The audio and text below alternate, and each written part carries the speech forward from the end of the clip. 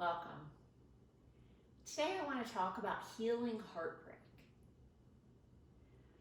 I've had several clients approach me and ask, why is it that even after a year, they're still having trouble processing and getting over their ex? It's a hard subject, right? And we all process differently.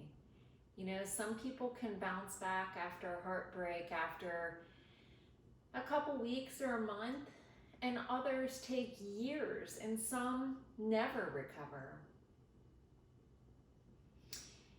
And the truth is, we can't compare ourselves. Grief after heartache and breakup is just that, it's grief. And the truth is, grief comes in waves. It hits us at the most unexpected times.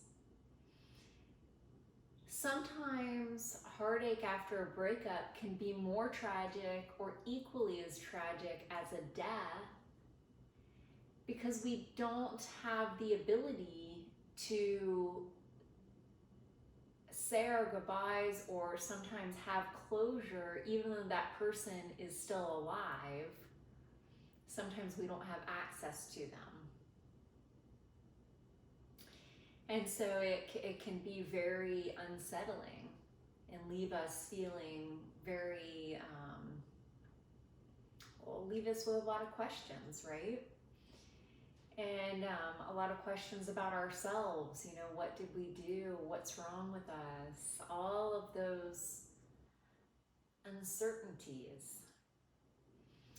And the thing is, no one's grief is worse than anyone else's. It doesn't matter if you're suffering from the loss of a pet, the loss of a parent, the loss of a child, the loss of a significant other, the loss of a houseplant. If you're hurting, you're hurting. If you were to ask me, you know, whose grief is the worst, I would look at you and honestly say, right now, your grief is the worst. But what we do to ourselves is we compare ourselves to other people, and then we condemn ourselves for feeling bad, for feeling the grief, for feeling down. And the antidote to feeling the grief is to be self-compassionate, to practice kindness to ourselves, and to allow ourselves to feel the pain and to grieve the loss. Because what the heartbreak is it's acknowledging that the future plans that we had are no longer there. That future that we expected and had in place is no longer going to be there for us. Some of us experienced parental neglect or abuse as children, so we already had grief in our bodies and souls.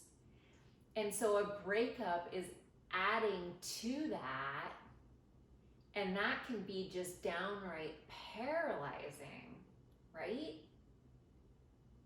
If you've experienced that, comment, share, so we can all heal together. When we feel it together, we can heal it together. You're not alone. So grief comes in waves, right? It hits us in unexpected times, as I've already said. When we heal with self-love and compassion, and we stop comparing ourselves to other people, then we can start to come to this understanding. Bison, for example, go into a storm. Did you know that? They run into a storm because they instinctively know that by running into a storm, they will get through the storm faster than if they try to evade the storm. Cows, on the other hand, will clump together in a herd and try to run away from the storm, which is futile because eventually the storm will catch up with them. And as they run away, the storm kind of chases them. So our emotions are very similar to that. If we run from them and stuff them down inside of us, it creates a storm within us. It brews within us. So when we face our emotions head on and we practice kind self-talk and self-care, and self-care, by the way, is not always bubble baths and chocolate. It's rest, it's self-love, it's compassion, and it starts within us. And then that has a wave effect or a ripple effect, and it carries out throughout the world. So a friend of mine that I've met through Medium, an online writing platform, has a wonderful quote, and it goes like this: every kinder and gentler promotion of the self-talk then creates a world which then creates a wave of love that travels into the greater world. His name is Derek Morgan, if you ever want to look him up. He suffered trauma and he now promotes healing of trauma for a great group of people who write about their experiences and their trauma. And I love that quote. And I love the idea that the bison go into the storm. And that's what we need to do. We need to go into the storm of our emotions when we're trying to heal, whether it's grief from a breakup or grief from any situation, honestly. But when we're trying to heal, we need to stop comparing. Stop comparing yourself to anyone else. When we compare, I believe we're trying to find union. You know, we're trying to humble ourselves, but what we're really doing is we're causing more grief because we're feeling guilt. What we're doing is we're trying to belittle our own feelings by saying someone else's grief, someone else's tragedy is worse than our own. So we are negating our own feelings and saying, oh, I shouldn't feel sorry that I was broken up with because Betty Sue's husband died. And so her grief is far more tragic than my own. No, you're allowed to feel sad. And the other thing that we do is we feel surface emotions. So anger, for example, is a surface emotion. And I did a whole video on this that you are welcome to go back and watch. It's very important to understand surface emotions.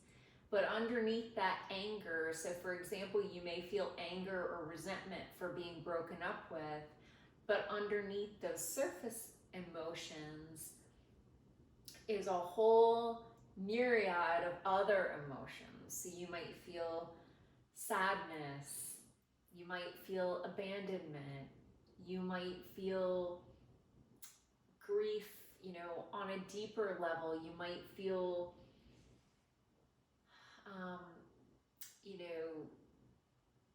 rejection. So examine all those emotions. And a great way to do that is by journaling. And then the next thing we need to do is just sit with those emotions. Learn to just sit with them. If you cry, if you, maybe you do an artistic project that helps you bring out all those emotions. And then observe them. Just see how you're feeling. And then just allow them to be there.